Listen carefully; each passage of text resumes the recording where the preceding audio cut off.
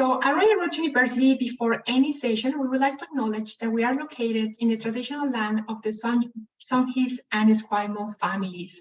And it's with gratitude and that we have the opportunity to work, live, and study on this land where indigenous and non-indigenous people come together to build the future, to learn from our past and keep working in our present. So thank you everyone and welcome. Today we have an exciting webinar for you. We are going to talk about our Master of Arts and our Graduate Diploma in Higher Education Administration and Leadership. We're also going to talk about a few graduate certificates that we have around these topics. But before we start this session, I would like to introduce myself. My name is Andrea Torres, and I'm the Student Recruitment Manager here at Royal Road University. And I'm going to be co-hosting this session with Robin. With Dr. Robin. Robin, would you like to introduce yourself? Absolutely. Good morning or afternoon, everyone, depending on where you are. My name is Robin Mueller. I am the program head for the Master of Higher Education Administration and Leadership here at Royal Roads University.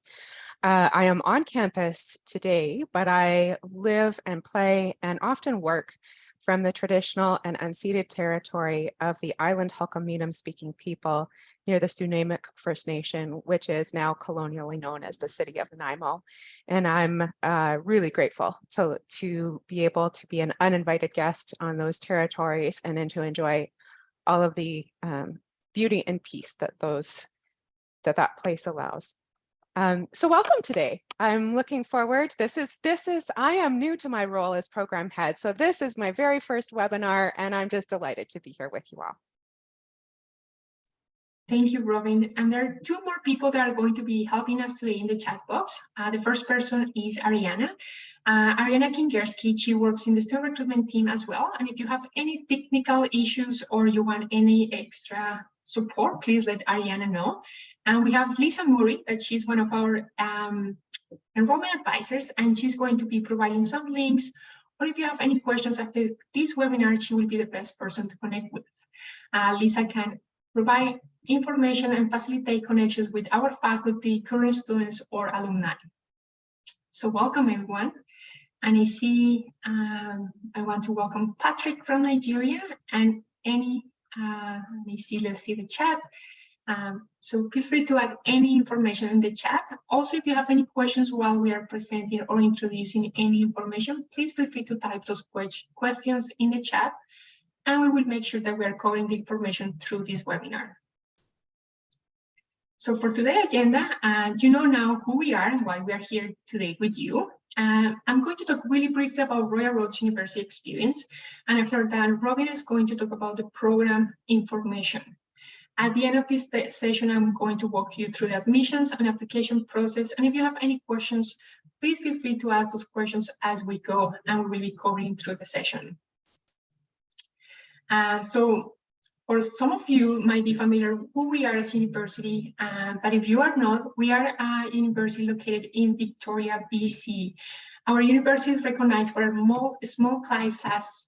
Oh my goodness, today I have not been doing one of these webinars in a long time as well. So let me start again. Our university is recognized for a small class size.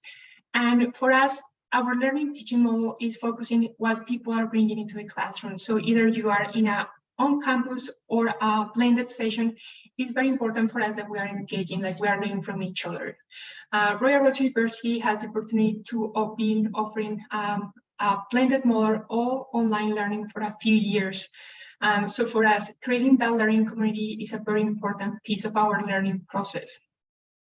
At Royal Roads, you will find that people are going to be very curious about who you are and why you are in the program, because you will find that you are going to be learning from each other, learning from your faculty as well as from your classmates. We create a space where people can challenge their knowledge, their ways of thinking in a very respectful way, where our ultimate goal is people are learning from each other. You are going to be solving problems in the real world. So a lot of the work that you are going to be in the classroom, it has to do or is reflected with the challenges that you might be having in your day-to-day at work. Our programs are designed for people that I don't know what happened with the slides. Our programs are designed for faculty that have been working in the industry and for people that understand the challenges of today.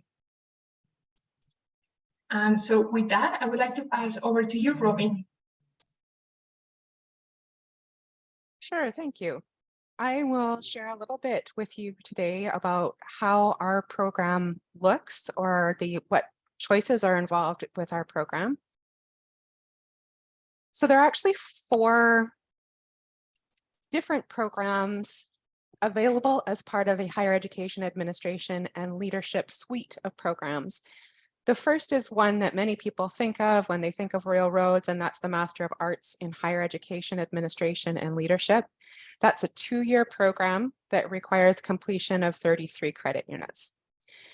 Then we also have a graduate diploma in Higher Education Administration and Leadership, which is a 1-year program and 18 credit units. We also offer 2 certificates, and I'm going to say a little bit more about these certificates in just a minute to provide you some more information about how they fit into the master's program. Our graduate certificate in systems leadership and our graduate certificate in strategic enrollment management are 2 certificate options that are both 7 months in duration and are 9 credits each.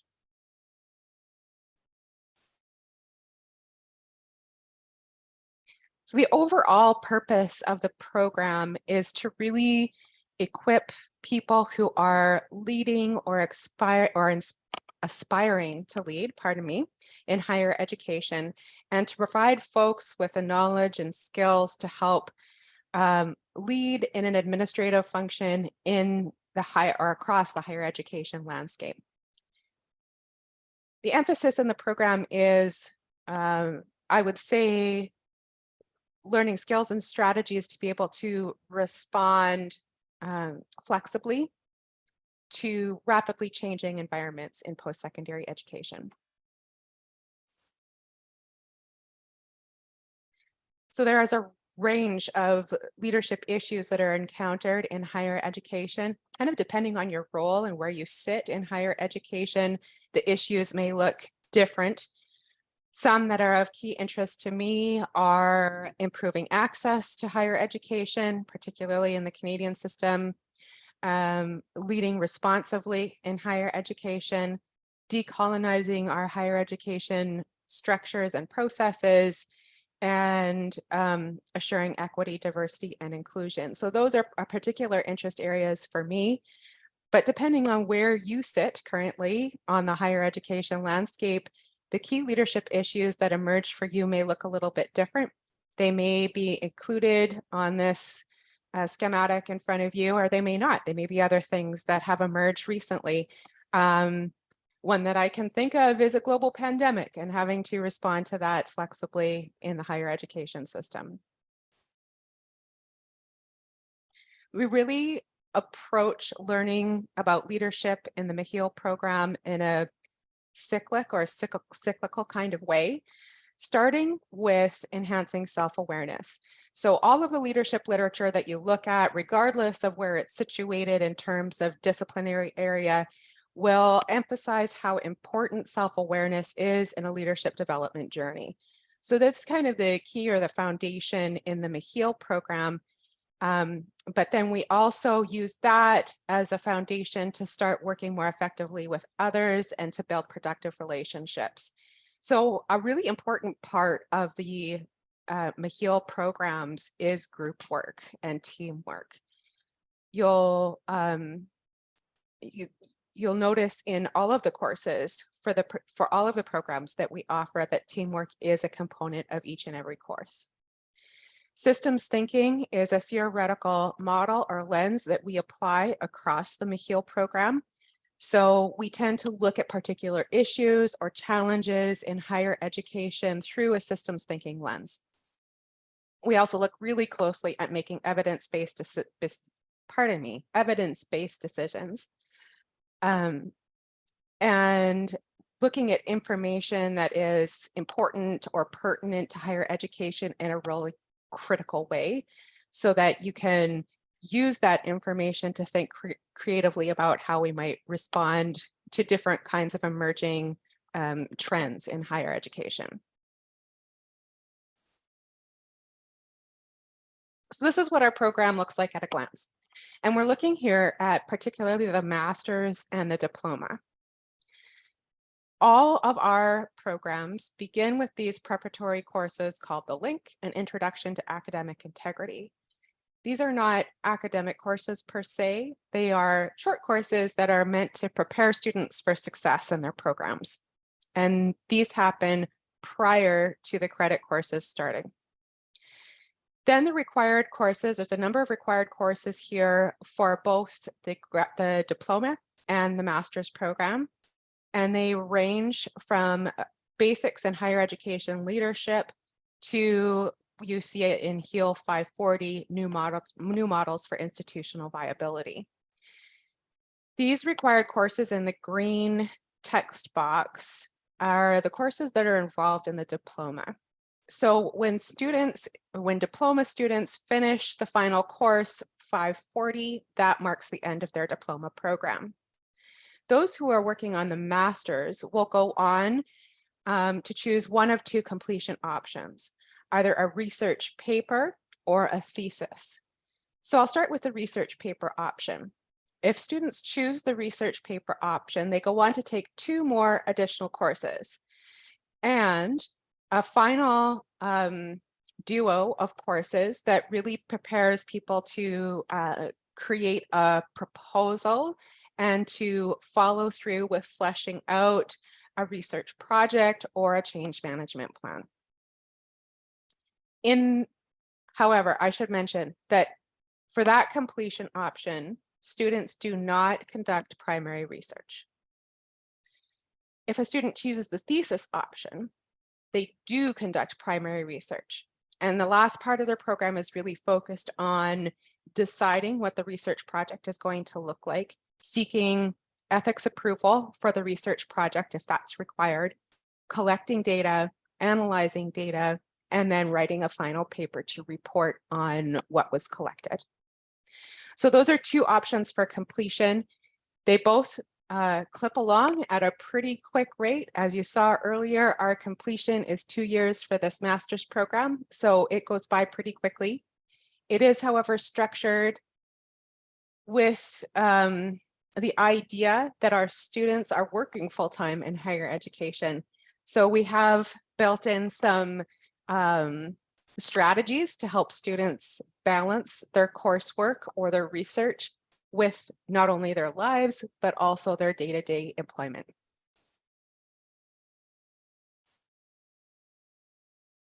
And now I'll tell you a little bit about the 2 certificates that we offer. The first is a graduate certificate in systems leadership in higher education. You'll notice in both certificates that this course, HEAL 550, Systems Thinking and Strategic Planning in Higher Education, is one of the required courses. This course, the systems thinking course, is a pillar, I would say, of all of the programs that we offer. So it really ensures that that systems thinking lens is applied across all of the coursework that we offer. There are 2 additional courses in the Systems Leadership Graduate Certificate, HEAL 520, which is Global and National Perspectives on Higher Education, and HEAL 530, Leading Educational Change in Higher Education Environments. The second certificate that we offer is a little bit different. This is a relatively new certificate and responding to a strong desire across the higher education sector for higher education opportunities and strategic enrollment management. So you'll see again that the pillar course here is our HEAL 550 in systems thinking and strategic planning in higher education. Then the second and third courses in this certificate are a little bit different. They are enrollment management theory and practice and strategic enrollment planning. These are very much kind of sibling courses. They're really connected to one another and they're designed to help students craft a strategic enrollment plan by the end of this certificate. Okay, I'll turn it back to Andrea to talk about how to apply. Thank you, Robin. So I'm just going to take a look at the chat and see if we have any questions. But I know one of the most common questions for people is how people are able to manage the school work to be in a full blended program while they are working full time and they might have a family. Any tips or any experience that you have seen so far with your students? Yeah, for sure. It's a bit of a dance. I'm not gonna lie. I was just saying to Ariana and Andrea before we started this webinar that I started my PhD program when my children were 2 and 4 years old, and it was indeed a balancing act. So with our master's, our diploma, and our certificate programs, these programs are designed very intentionally to serve students who are currently working full-time. So we do everything possible that we can to support students to be successful in light of those constraints. So we work really closely, for example, with instructional designers on our campus so that we can break down the requirements for each course in a way where we can be very clear and explicit about how much time students are expected to spend on various components of the course, how much time students are expected to spend reading each week. We make every effort to ensure that students can be proactive about planning their time so that they can be successful with this coursework. And also establishing very clear expectations about what we're hoping students will produce as part of their assignments and their final project. We definitely make it our core priority to support student success in these programs and attempt to be as flexible as possible in doing so. So I certainly understand how it might be a concern to folks about balancing these things, but there are many approaches and strategies that we can use to help people do that. Thank you, Robbie. Now I'm going to start talking about how to apply. So Royal Road University, you can either apply to flexible admissions or standard admissions. However, when you are signing your application, there is no box that you need to check. The person that is adjudicating your application will decide if you are coming through flexible or standard admissions. Standard admissions are those people that have a 4 years undergrad degree or comparable from a recognized post-secondary university or institution. And they also have 3 years of relevant paid work experience within recognized higher education institutions. For example, it can be public, accredited college, university, a polytechnic, or institutions that provide formal tertiary programs, including some leadership experience.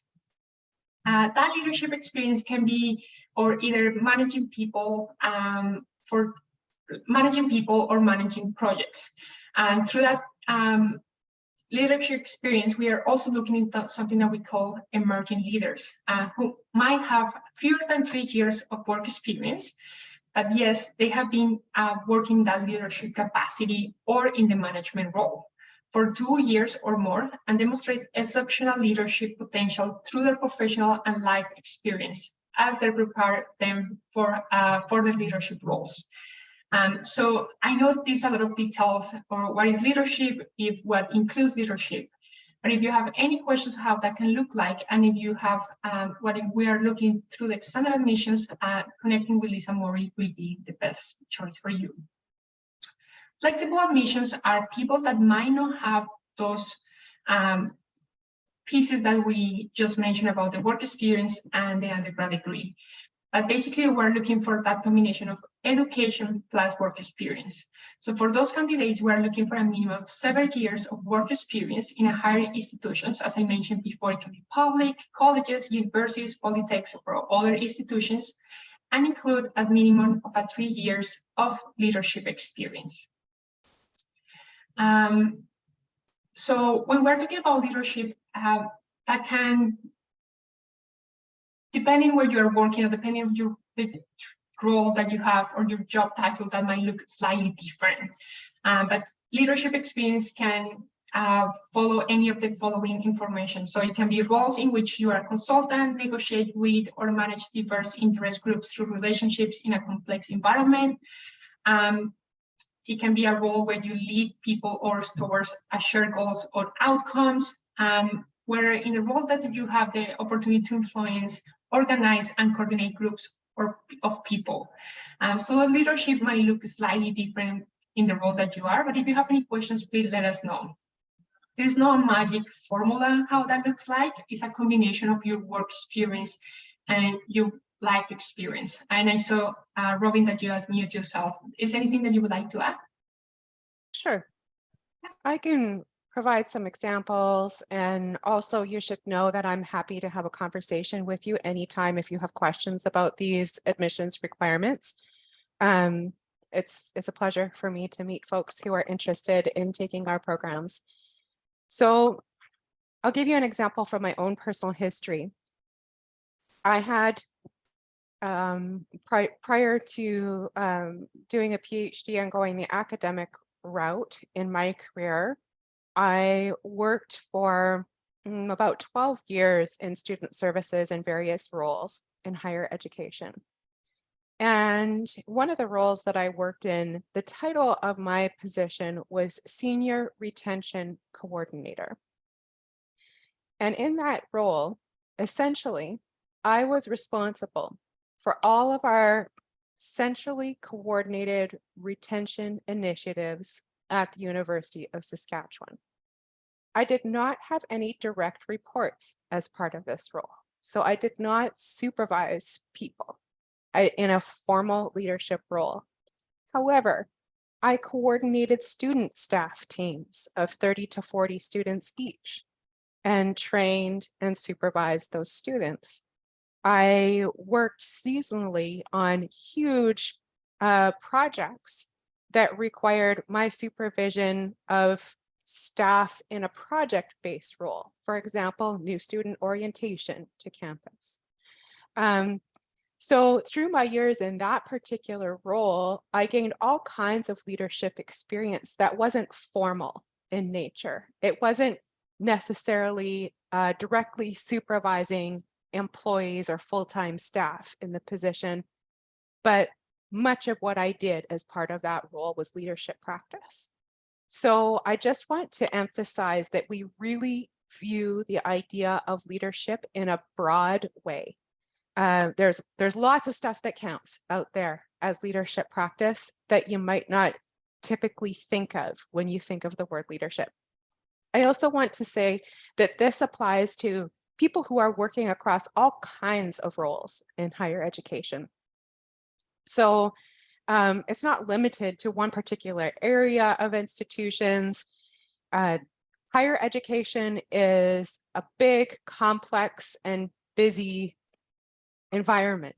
And our programs are inclusive, try to be inclusive of everyone that works within that higher education environment. So rather than the leadership experience itself, I would say that experience working in higher education is more important in the admissions process. Because our coursework does pertain specifically to a higher education context, it's really important that people have spent at least a few years working in higher education so they have an understanding of what that context looks like and what the dynamics are that are involved in higher education. Andrea, does that make sense? Yes, it does. Thank you so much for the example. So now the most exciting piece is how to apply. So first you need to complete an online application in our website, and then you need to submit the following documents. The first one, they have to be official transcripts. To be official, they have to come in what we used to say in a sealed envelope, but I think COVID has changed a lot of the practices across organizations in Canada. And now some universities or colleges provide that information on an email. So it has to come from the registrar's office or an official email from that institution. The personal statement, when I applied to Royal Roads, I'm a grad from a different program at Royal Roads. I always tell the story that personal statement was my favorite document when I applied, because it was the opportunity for me to pause and understand why I'm applying to this program. Why is this program relevant for my career, and what I'm going to be bringing into the classroom? So basically, we want to understand a little bit better your motivations of why you're interested in this MAHIL program, or in the graduate diploma, or in the graduate certificates, depending on the program that you are choosing. And we want you to answer in this statement the following questions. The first one is, what can you contribute to the class learning? So once again, it's about sharing those small groups our learning process. What do you anticipate will be your challenge as a graduate student in the MAHIL program? What do you expect from the MAHIL program in terms of the learning process? And the last question is like, what do you envision for your professional goals while you have completed this program? So those are questions that you will answer through that personal statement. The next document is a structured resume. And this resume is very important for us. It's kind of an opportunity to get to know you better. So we want to know about your education, any post-secondary education that you have, so degrees, diplomas, certificates that you have achieved so far. We want to know about your work experience. In the work experience, it's very important that you provide the name of the organization that you work, the title that you had, and the length of the time that you were in service, the month and the year. And a brief description of your duties. So it can be a small paragraph or a few bullet points of what kind of responsibilities you had in each of those jobs. Feel free to add any information about training and professional development, any voluntary or unpaid work experience, and leadership change agent or trainer experience. So briefly describe any training or experience that you had in groups or leading people or coordinating different initiatives. If you're part of any professional membership or affiliation, please add that information. And the last piece will be if you have any international experience working directly in the post-secondary, and how that is important for us to know if you are applying for these programs. As you can see, we are asking you to share a lot of details about your career and your profession. So we are looking, this doesn't have to fit in a regular 2-page resume, so you can take a little more if you require. And the last piece are 2 letters of reference. They should be one professional, and it can be one academic, but if you have been out of school from a long time, you can always provide 2 professional letters.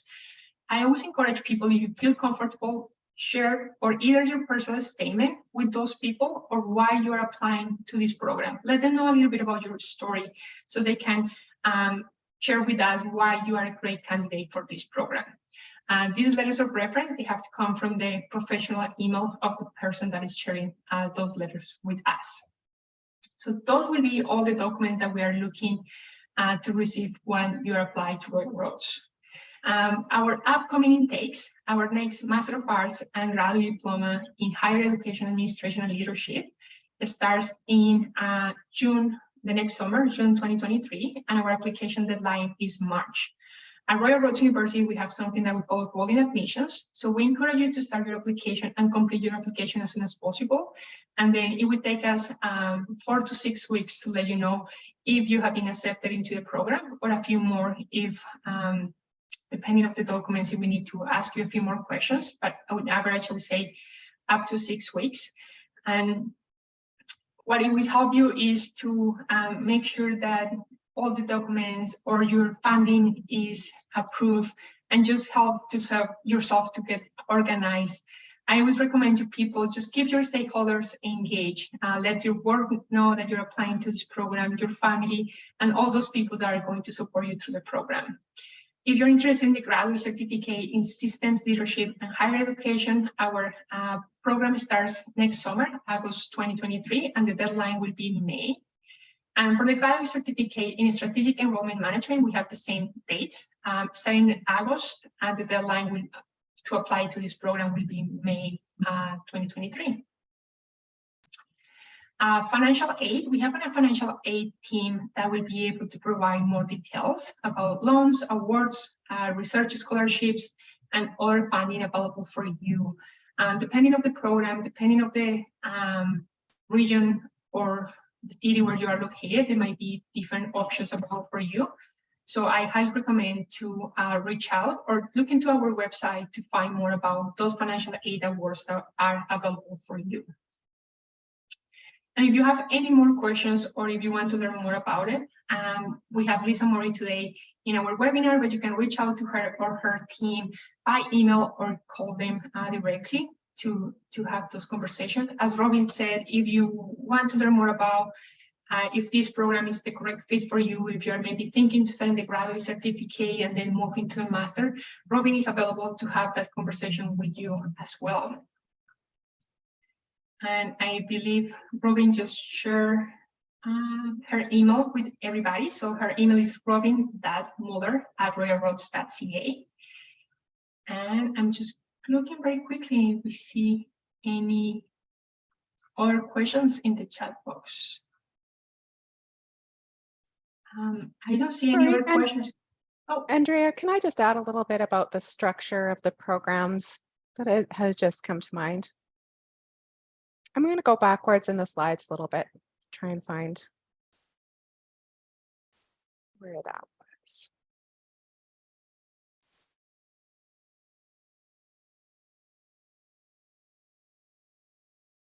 Okay, so I just want to make it clear about what options for progressing through our programs exist. Sometimes students choose to do the diploma and decide at some point in the diploma that they'd actually like to do the master's instead. And that's an easy change to make. So that doesn't require an additional application process or anything like that. So if you decide to apply for the diploma, you start the diploma and you decide you want to switch to one of the master's degree completion options instead, that is always something that we can explore. The two certificates are a bit different in terms of how they fit in to the master's program as a whole. So the Systems Leadership and Higher Education certificate, all of these courses are a part of the master's program. So if you want to kind of dip your toes in to figure out if the master's program is for you, the Systems Leadership certificate might be a good idea. So this HEAL 550 course is really a foundational course in the master's and diploma as well. So particularly through this course, but through the other two that are also part of the master's program, you would get a really good sense of what the master's program looks like and what the academic requirements would be. So if you want a bit of a sampler before diving into the whole thing, that might be a good option. Our other certificate is a little bit different. So the Strategic Enrollment Management Graduate Certificate starts with 550, which is that foundational course. But these two courses, 580 and 585, are not a part of the master's program. So often students will complete the diploma or the master's and then dovetail into the Strategic Enrollment Management Certificate. It does require an additional application process for the certificate if it follows a diploma or the master's. But the benefit to that is that you would have already completed the 550 course. And so applying for the Strategic Enrollment Management Certificate to follow a diploma or a master's would mean less coursework to finish a certificate program. I don't know if I've explained that well. Andrea, have I explained that well? I think so. Yeah, I was following you, but think there's a question. Yeah, there are several different options, I guess, is the message that I want to convey. So lots of ways that you can get involved with these programs and make some decisions about how much of this education you'd like to pursue. Yeah.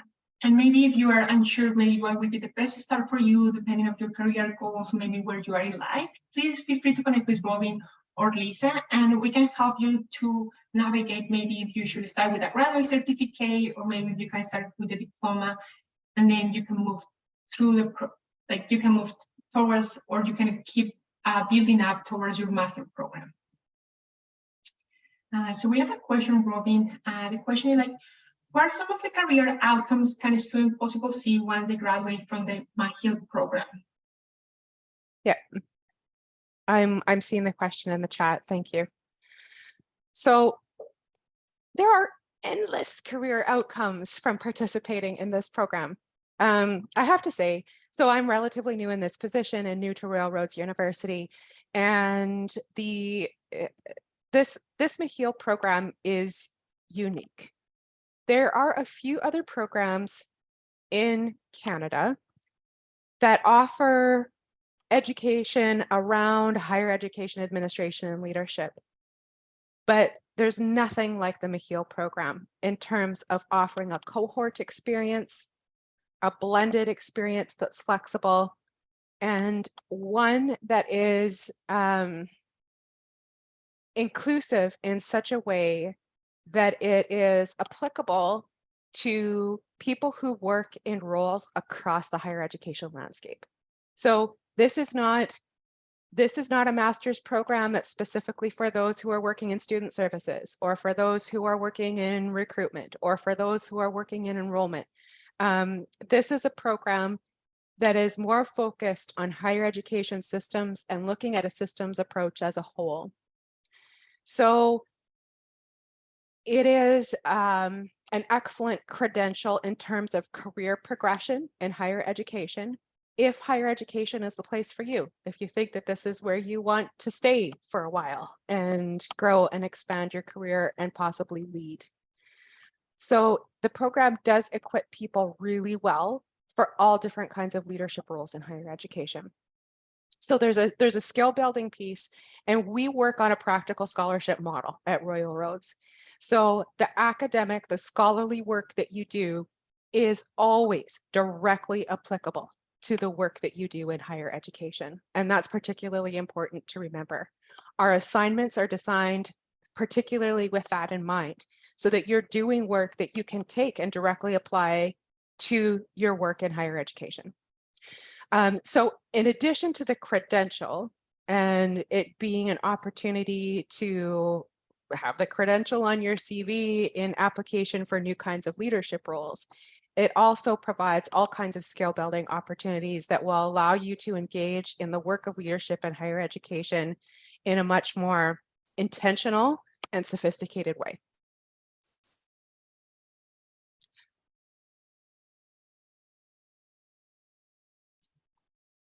Thank you, Rob. I'm seeing a next question. I'd like to answer the second question from Angelina about the cost difference.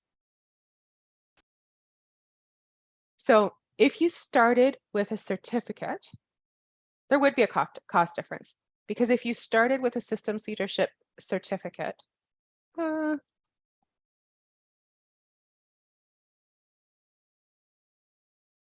need to break that one down. So Angelina, we can follow up with you after this webinar and with all of you. But I believe if you start with the diploma and the math, and then you move into the master, will be exactly the same price. And if you start with a graduate certificate, and some of those courses are a duplicate, you will not need to pay for the course again. But I think there might be a little difference between prices if you start with a graduate certificate and then you move to a master. But let us look into more details, and we can go from there.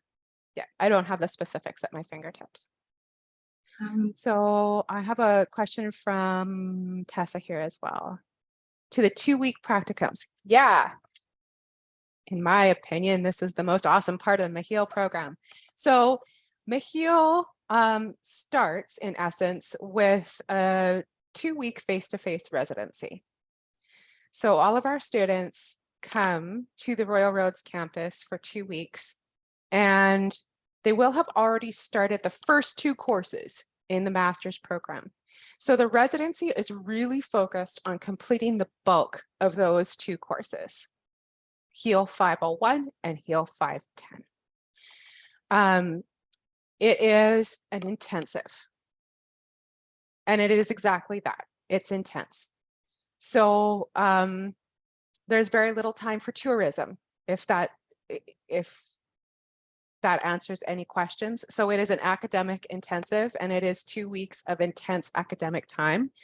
The days are full, 8:30 to 4:30, and there is a whole lot of group work involved in this residency. So, so it means that students spend a lot of time outside of that 8:30 to 4:30 class time working on group projects. There are group projects for both of the courses that are required for the residency. So it is an intensive, but our students report that it is the most rewarding and fulfilling, one of the most rewarding and fulfilling parts of the program, because you get to know those who are in your cohort really well, and you become a very close-knit learning community, and you can rely on one another in moving forward in your program. So it makes the coursework that is done at a distance, that's done virtually, it enables a much richer experience as part of that virtual work, because you have built really good, close, solid relationships with the people who are in your cohort. I hope that answers your question, and I'm happy to say more about it, Tessa, because the residency is one of my favorite things. Robin, I'm curious to learn more about who are currently in the classroom, like who are our current students. I know you have mentioned there's people a little bit from all the areas across the university, yeah, or colleges or polytechs, but do we see any specific trends, or like is very well divided and diverse, all departments across the institutions? No, it's diverse. It's diverse. It is diverse in terms of areas of the university or college system that people come from. It's diverse in terms of the institution type. We are seeing more and more folks from the college sector recently who are participating in this master's program. But it's open to people who come from any institution type, including private institutions. So as long as your experience is situated in higher education somewhere, that's what is important. In terms of role, the kinds of like levels of roles that people come to this work from, in our current cohort, we have folks who are brand new professionals who've been working in higher education for just a few years and who are aspiring to particular kinds of leadership roles. And we have associate vice presidents. So, and everything in between.